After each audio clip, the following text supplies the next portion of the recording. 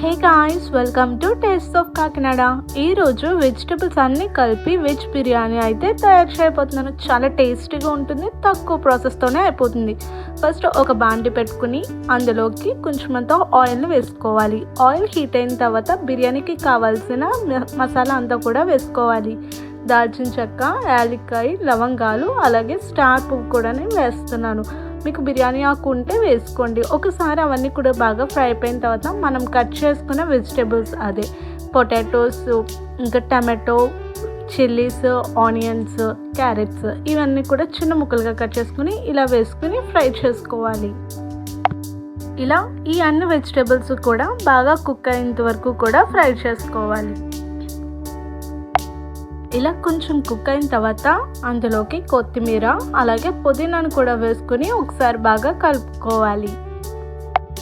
ఇప్పుడు వెజిటేబుల్స్ అన్నీ కూడా బాగా కుక్ అయిన తర్వాత అందులోకి అల్లం వెల్లుల్లి పేస్ట్ని అయితే వేసుకోవాలి. ఇది వేసుకుని కొంతసేపు అంతా ఫ్రై చేసుకోవాలి. పచ్చివాసన పోయేంత వరకు కూడా మనం ఫ్రై చేసుకుంటూ ఉండాలి.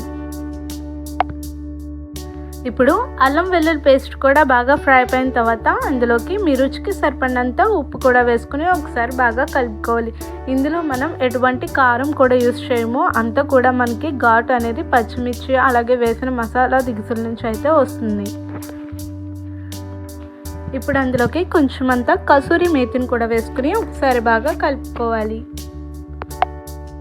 ఇప్పుడు వెజిటేబుల్స్ అన్నీ కూడా బాగా కుక్ అయిన తర్వాత మనం ఒక గ్లాస్ రైస్కి 2 గ్లాసెస్ వాటర్ని అయితే వేసుకోవాలి. నేను ఇక్కడ 2 గ్లాసెస్ వాటర్ని అయితే వేసుకుంటున్నాను.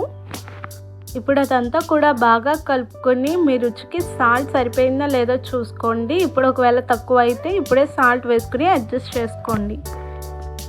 మనం ఒక హాఫ్ అన్ అవర్ ముందే ఒక గ్లాస్ రైస్ని అయితే కొంచెం వాటర్తో క్లీన్గా వాష్ చేసుకుని కొంచెం వాటర్ని వేసుకుని నానబెట్టుకోవాలి.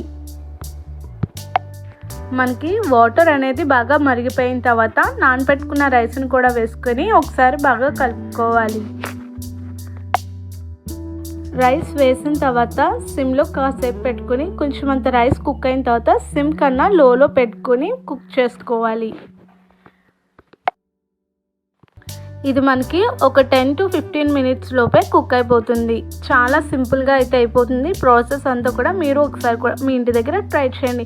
అంతే, ఎంతో టేస్టీగా అయితే వెజ్ బిర్యానీ అనేది రెడీ అయిపోయింది. మీకు కనుక మా వీడియో నచ్చినట్లయితే లైక్ చేయండి, షేర్ చేయండి, సబ్స్క్రైబ్ చేసుకోండి. మరింత ఇన్ఫర్మేషన్ కోసం పక్కనే ఉన్న బెల్